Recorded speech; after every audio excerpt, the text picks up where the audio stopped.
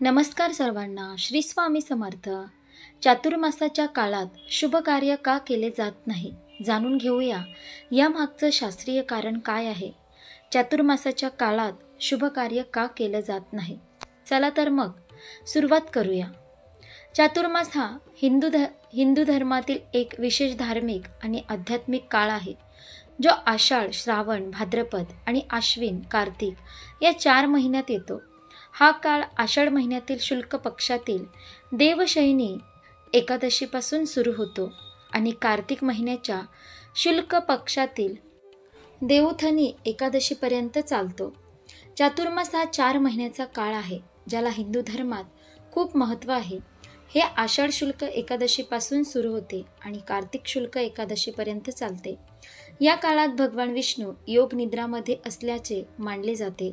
त्यामुळे लग्न, ग्रहप्रवेश, मुंडन इत्यादी अनेक शुभ आणि मंगल कामे केली जात नाही. हा काळ आध्यात्मिक चिंतन, उपवास, पूजा आणि ध्यान यासाठी अधिक महत्त्वाचा मानला जातो. चातुर्मासात भगवान विष्णू जगाच्या व्यवस्थापनाची जबाबदारी भगवान शंकरावर सोपून योग निद्रेमध्ये जातात. या दिवसामध्ये भगवान विष्णूंची पूजा केल्यामुळे तुमच्या जीवनातील सर्व समस्या दूर होतात. तुमच्या जीवनातील सर्व समस्या दूर होण्यास मदत होते. पंचांगानुसार यावर्षी देवशयनी एकादशी 6 जुलै रोजी साजरी केली जाईल. म्हणजे चातुर्मास 6 जुलैपासून सुरू होईल, जो 2 नोव्हेंबर 2025 रोजी संपेल. दुसऱ्या दिवशी 2 नोव्हेंबर रोजी सर्व शुभकार्य पुन्हा तुळशी विवाहाने सुरू होतील. चातुर्मासात श्रावण महिना येतो, जो भगवान शंकराला प्रिय मानला जातो. हा काळ भक्ती आणि तपश्चर्येसाठी शुभ मानला जातो.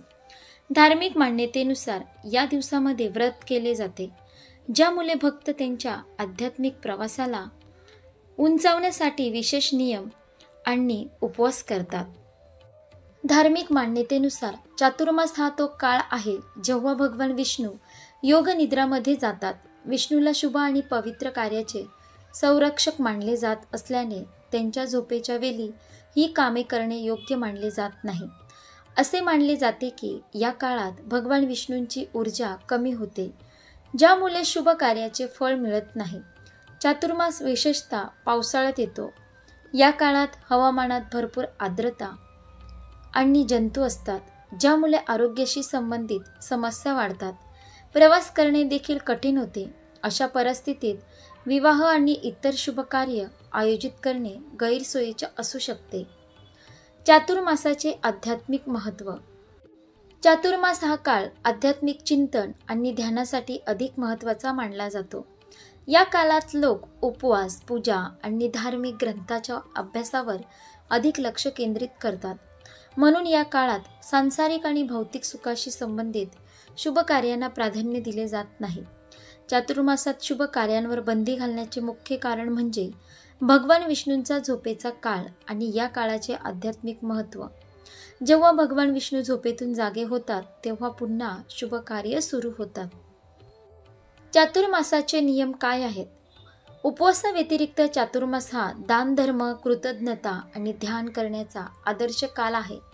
या काळात लग्न समारंभ, साखरपुडा, जमीन खरेदी, गृहप्रवेश, मुंडन आणि जैन संस्कार यांसारखे विधीवरही निर्बंध आहेत. चातुर्मासात गृहप्रवेश करू शकतो का? तज्ज्ञांच्या मते गृहप्रवेशासाठी खरमास, चातुर्मास, श्राद्ध इत्यादी विविध प्रकारचे महिने अशुभ मानले जातात. चातुर्मासातील नियम. चातुर्मासात काही गोष्टी करणे निषिद्ध मानले जाते, जसे की शुभ कार्यांना विराम.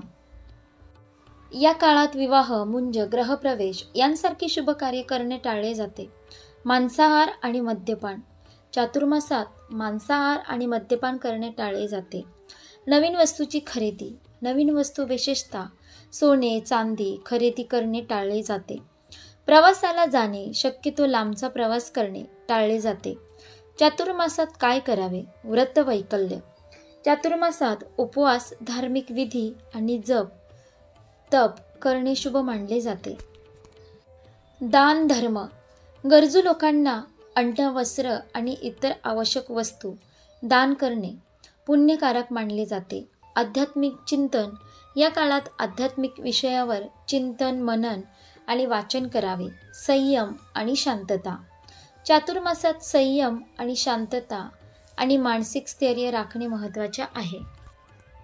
अशा प्रकारे आपण पाहिलं की चातुर्मास कधीपासून सुरू होतो, चातुर्मासात शुभ कार्य केले तर काय होते, चातुर्मासाच्या काळात शुभ कार्य का केले जात नाही, त्यामागचं शास्त्रीय कारण काय, ही सर्व माहिती आपण या व्हिडिओमध्ये पाहिली.